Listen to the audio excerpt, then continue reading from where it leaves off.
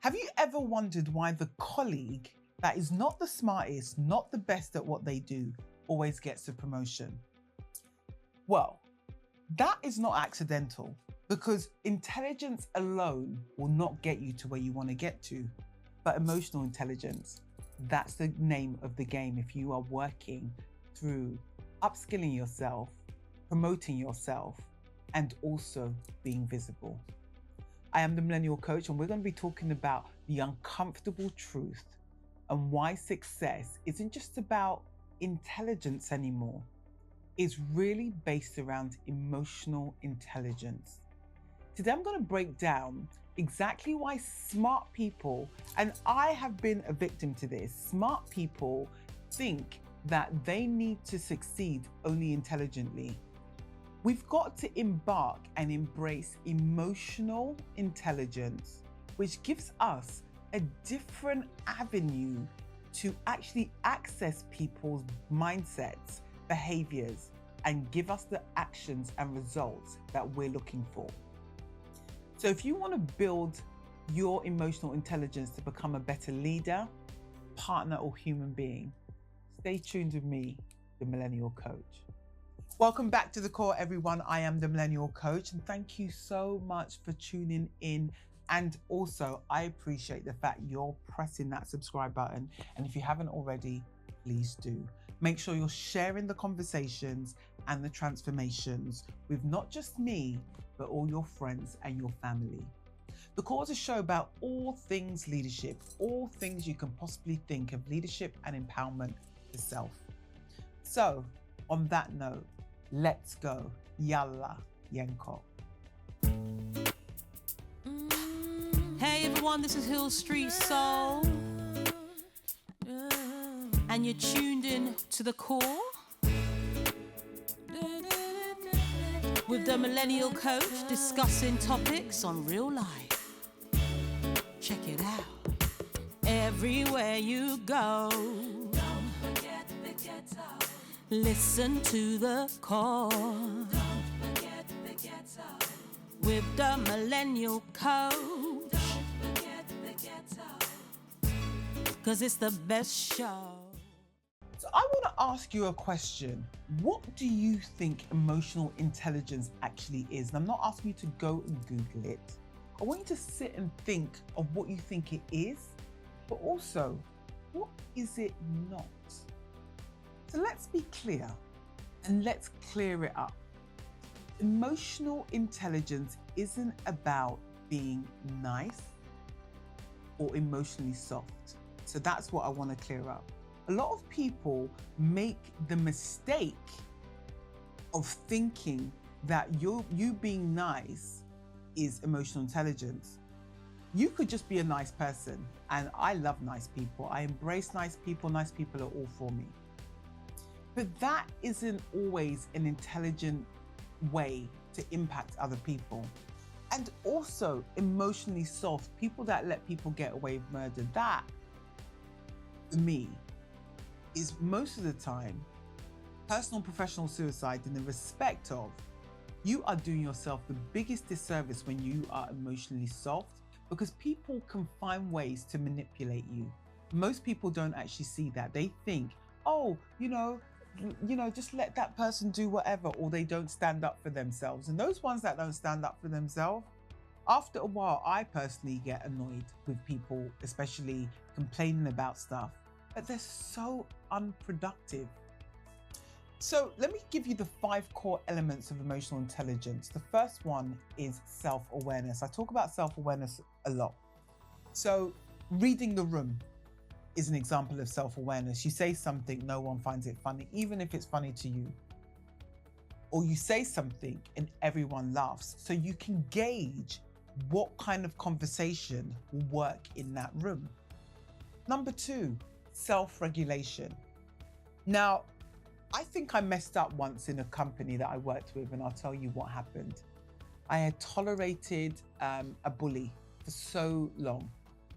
And then I had observed and I've spoken about this in the podcast before, I had observed when some of the senior people came from the US people's behavior. You know, when you get the managers in the room and everyone starts acting fresh and different and extremely polite and helpful, you know that's not who they are. They're literal demons in disguise, right? I became dysregulated. One day I was so frustrated. I phoned one of the VPs and I said, these people are fake.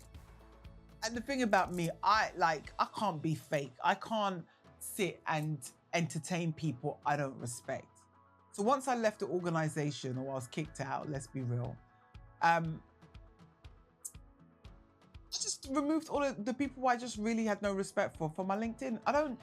One of the things that if you are regulated, you need to also regulate yourself through your emotional state. And you need to understand the things that actually elevate your emotional state positively and the things that elevate your emotional and self-regulatory state negatively. The third thing is motivation. Emotional intelligence is what you are motivated by. I'm motivated by harmony and peace in organizations. So when I do leadership training, a lot of the focus I look at is how harmonious are you on the inside in order to exude that on the outside. Because people feel energy. We are all energetic beings. So there's nothing that they or you cannot feel from each other, because everything's built on energy. You feel when someone's negative and you feel when someone's positive. Another thing with emotional intelligence, one of the main core elements is empathy. Now, I don't know if you are a narcissist, because narcissists probably wouldn't diagnose themselves or want to be acknowledged as narcissists. But if you've been around narcissists, they have fake empathy. They pretend they care in order to extract and allow you to be supply. That's a whole nother conversation. So I can talk to you and break down a lot of narcissistic traits, but today's show is not about that. Social skills. Somebody who has emotional intelligence is a very good individual when it comes to connecting with different people. I would add something extra to that. I would say one of the extra core elements is maintenance. And that's maintaining, this is the sixth non-disclosed secret or core element or principle, is maintenance. Maintaining your self-awareness. I know people I lost contact with, I regained contact with, and then I realized they've lost their intelligence, their emotional intelligence. They were so switched on back in the day. And then you meet up with people and I'm like, actually, I am not feeling this person, because emotionally and intellectually, we don't compute at the same range. It's your ability to recognize, understand, and manage your own emotions. This is something nobody teaches you. People tell you when you're growing up, behave yourself. People tell you you shouldn't say that. People would say, why are you acting that way? Why don't we start with, okay, it is your responsibility and you should be accountable for how you show up. If we start teaching kids about emotional regulation or self-regulation, we start teaching about self-awareness, empathy. We talk about being nice, being seen and not heard. That's what we teach children. Big boys or big girls don't cry. Now, all of that, as far as the Millennial Coach is concerned, you throw that out the window, right?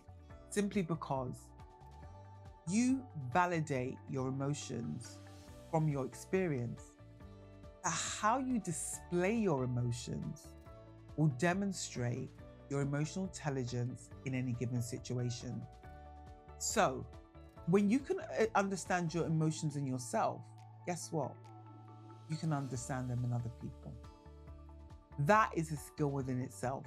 And that's why I'm great at what I do, because I don't just see what happens on people's insides, I also reveal to them the basis of what happens on the outside. So think about the 5 emotional intelligence core elements, because they are going to help you navigate the territorial way of thinking, behaving, and being. Data doesn't lie. Let's talk numbers, because leadership isn't just a soft skill conversation, right, anymore. It's not, oh, let's be a leader and let's hope for the best. And we can just be technical and this is how it's going to be. And we're going to build this and this is going to fly off and into the sky. And we're going to get this government to give us 300 million and this entrepreneur to give us another 100. No, that's not going to work anymore. You need to also understand the behavior, the conversation, the expectation of how people relate, not just to you, but what you stand for. Because what you stand for will demonstrate to your audience whether it's something in line with their beliefs or not. So 90% of top performers perform with a high emotional intelligence, 90%. That's according to Talent Smart. People with a high IQ, emotional intelligence, remember, or high EQ, apologies, average an extra £29,000 more in salary than people with a low IQ. Imagine that just having emotional intelligence will get you paid more. Would you like that? I would, because I should get a tip for telling you what that means for us, right? I'm on the journey with you. So don't forget to send any donations. I don't even have a Cash App, but feel free. If you see me on the street, just throw £50 notes at me because I am taking all donations. Leadership failure in corporate settings. This is something that I don't think leaders actually take into consideration as much as they should. 80% of the time, 80%, right, is due to a lack. This is poor leadership. Poor leadership, 80% of it is due to a lack of emotional intelligence. I work with a leader at the moment and it's actually refreshing to work with her because she's very honest and she's so gentle and kind. And one thing she always says to me is that I want to work in a place where people are treated like humans. And we resonate on so many levels. And like any technical ability can be learned, emotional intelligence needs to be studied and implemented. And that is a learning from a completely different environment because you are actually battling your emotions. Because our emotional state can be different to our emotional intelligence. What I mean by that, when there's a crisis, you could actually spend your day on time screaming, flailing your arms, going crazy like everybody else. Or like me, when there's a crisis, I become quiet, I think pragmatically, and I think, how do we safeguard everyone in this situation and make sure we get to a safe place? So your emotional state actually is very different to your emotional intelligence. So let's make that distinction. So why do smart people struggle? Smart people struggle, the first thing I want to say is brilliant, intelligent people struggle because they live in their intelligence.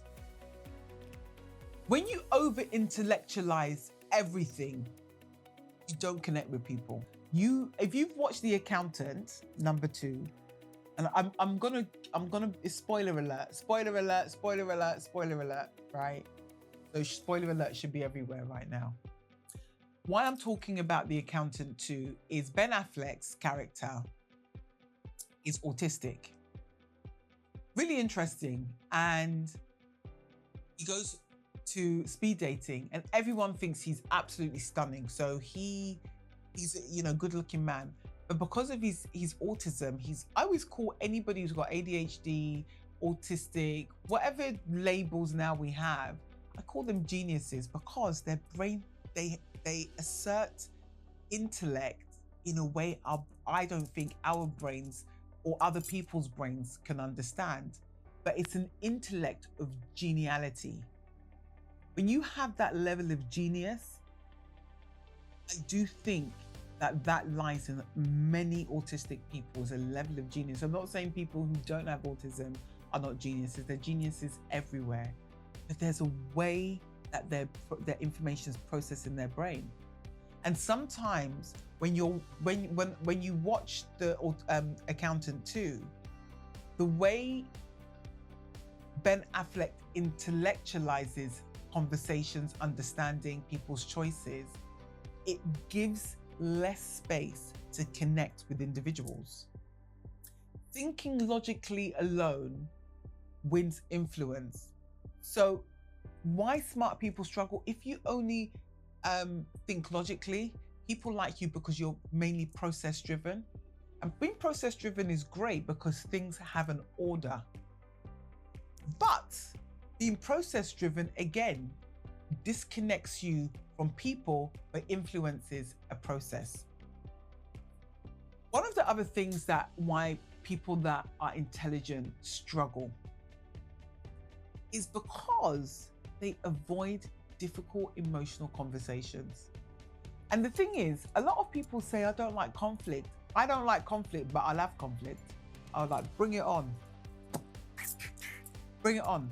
But not that kind of conflict. You can have logical and calm discourse with someone without it being overly aggressive.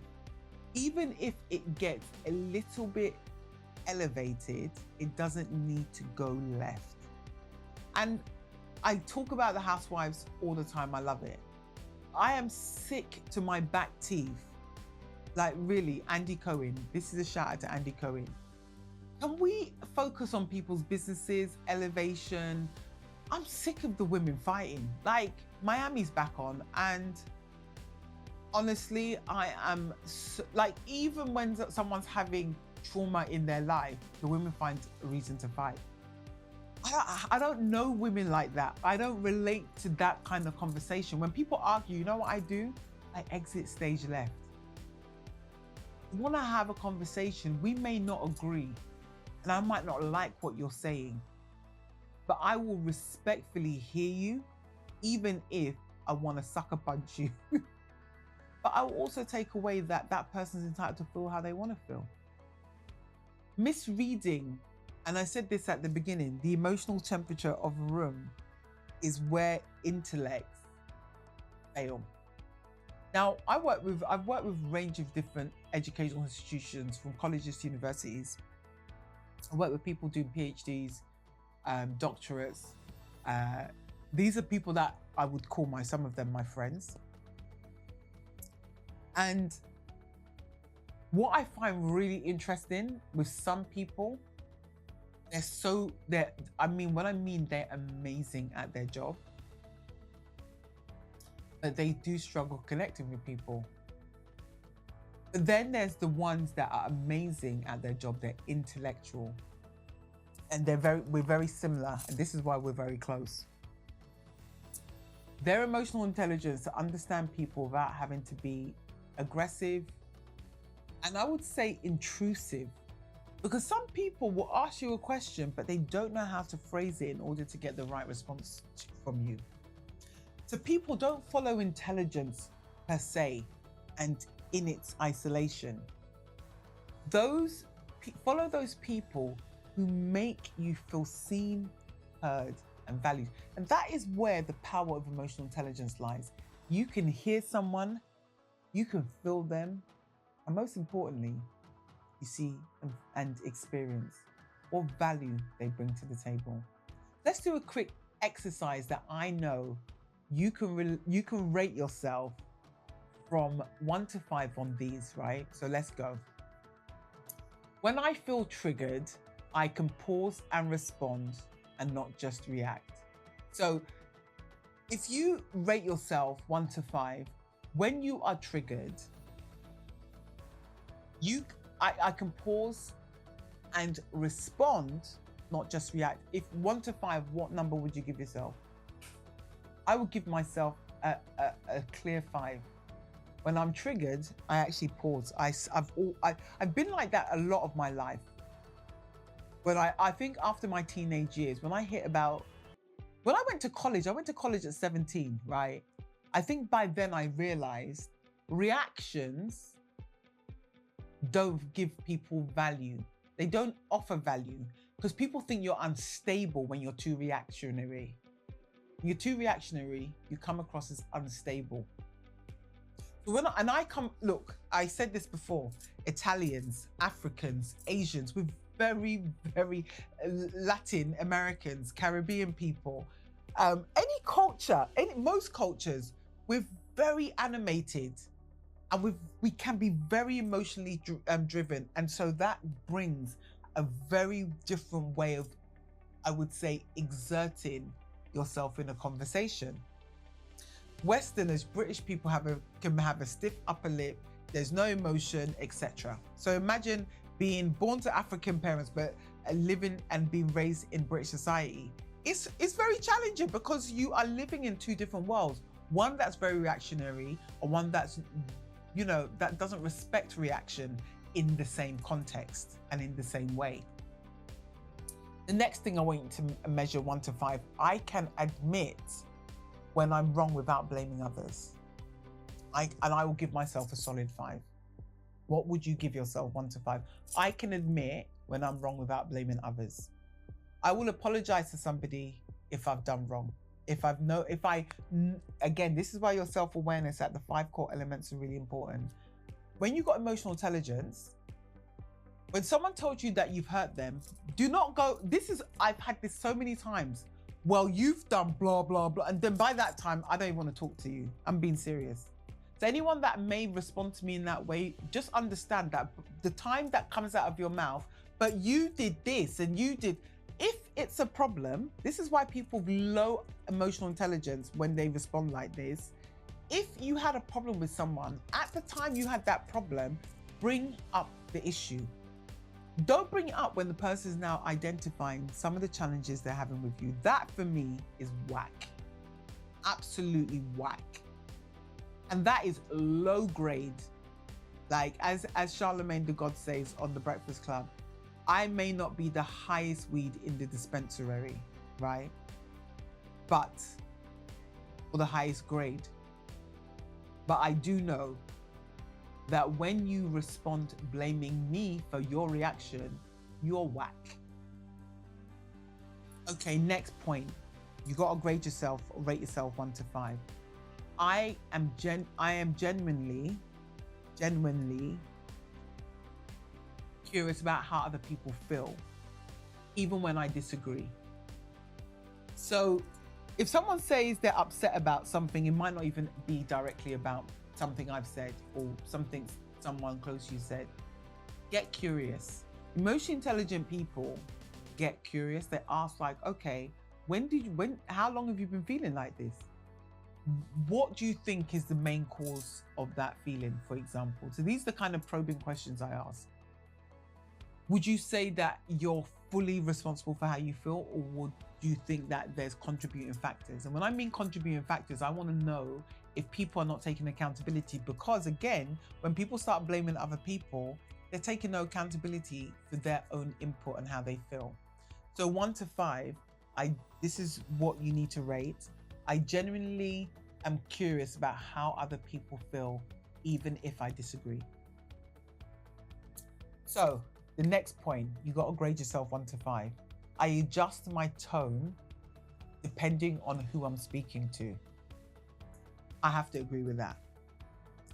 There's some people that have one tone regardless. They could be talking to some entry level, they could be talking to the CEO. There's one boy that I know, he was trying to school a CEO, and I'm thinking, you see, this is what I would say, Gen Z, you need to fix up, okay? This thing about, I can say what I want, mind your manners. Mind your manners, because Gen Z, I think you're too fresh in ways that personally I will have to, realign your conversation. And when